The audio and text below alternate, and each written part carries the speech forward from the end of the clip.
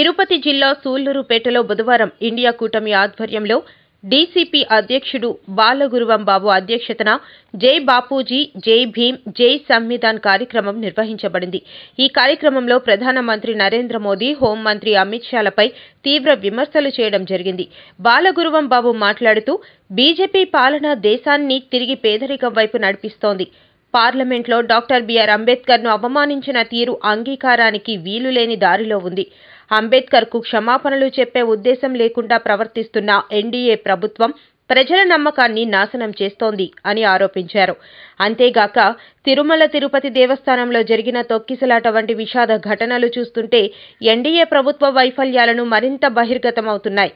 ఈ పరిస్థితుల్లో పేదలు, యువత భవిష్యత్తు ఎలా బాగుపడుతుంది? ఇటువంటి పాలనను దేశం తట్టుకోలేకపోతుంది. ప్రజలు త్వరలోనే ఎన్డీఏ ప్రభుత్వానికి సమాధానం చెబుతారు అని ఆయన స్పష్టం చేశారు. ఈ కార్యక్రమంలో మానవహారం చేపట్టి మోదీ డౌన్ డౌన్ అంటూ నినాదాలు చేశారు. అనంతరం అంబేద్కర్ విగ్రహానికి పూలమాలలు వేసి ఆయన సేవలను స్మరించుకున్నారు.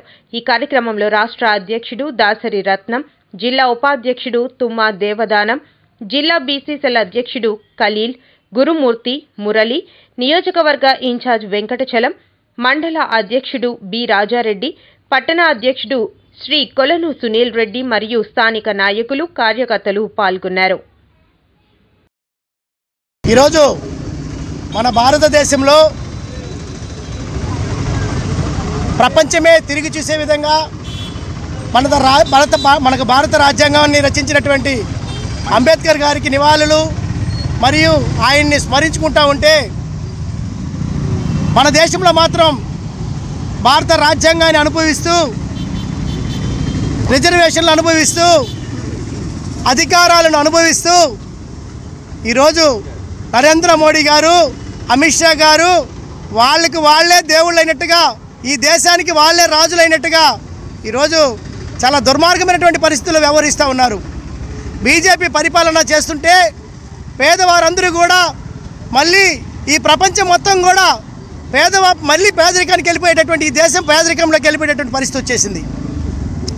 భారత రాజ్యాంగ నిర్మాత డాక్టర్ బిఆర్ అంబేద్కర్ గారిని పార్లమెంట్లో సాక్షాత్తు అవమానపరిస్తే ఆయన యూటర్న్ తీసుకోవాలి, క్షమాపణ చెప్పాలి అని చెప్పి దాదాపు ఇండియా కూటమి మొత్తం కూడా ఈరోజు డిమాండ్ చేస్తే కనీసం ఆయనకి ఎలాంటి ఆలోచన విధానాలు కూడా లేవు. భయంకరమైనటువంటి దుర్మార్గమైనటువంటి స్థితిలో వ్యవహరిస్తున్నారు.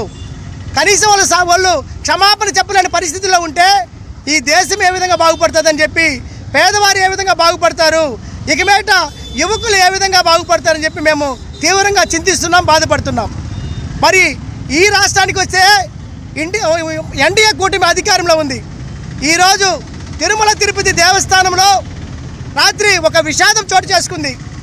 ఈ యొక్క రక్షణ కల్పించలేక హోంమంత్రి గారు కావచ్చు, ముఖ్యమంత్రులు కావచ్చు, పోలీసు వ్యవస్థ కావచ్చు, వీళ్ళ యొక్క వైఫల్యం వల్ల నిన్న జరిగినటువంటి ఈరోజు తిరుమల తిరుపతి దేవస్థానము పుణ్యక్షేత్రాన్ని చూడడానికి, దర్శించుకోవడానికి వెళ్ళినటువంటి ఈ యొక్క భక్తులందరూ కూడా తొక్కిసలాటలో నలిగిపోయి 6 మంది చనిపోవడం జరిగింది.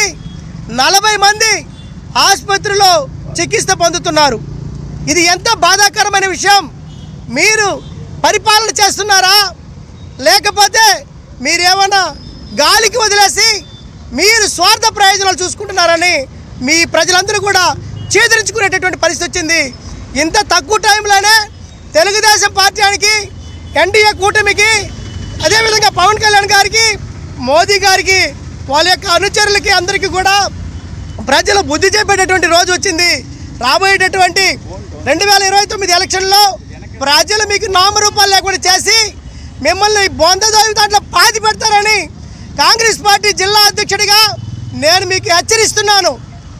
ఇది మాత్రమే కాదు, ఇక మీదట తప్పనిసరిగా మీరు చేసినటువంటి అన్ని అక్రమాలపైన రాహుల్ గాంధీ గారి నాయకత్వంలో ఈ దేశవ్యాప్తంగా, అది మాత్రమే కాదు ఈ రాష్ట్రంలో షర్మిలమ్మ గారి నాయకత్వంలో ఈ రాష్ట్ర వ్యాప్తంగా ఎక్కడ తప్పు జరిగినా, ఎక్కడ అన్యాయం జరిగినా, ఎక్కడ మోసం జరిగినా మేము తీవ్రంగా అడ్డుకుంటాము, దానిపైన పోరాటం చేస్తామని తెలియజేసుకుంటూ ముగించుకుంటున్నాను. Thank you.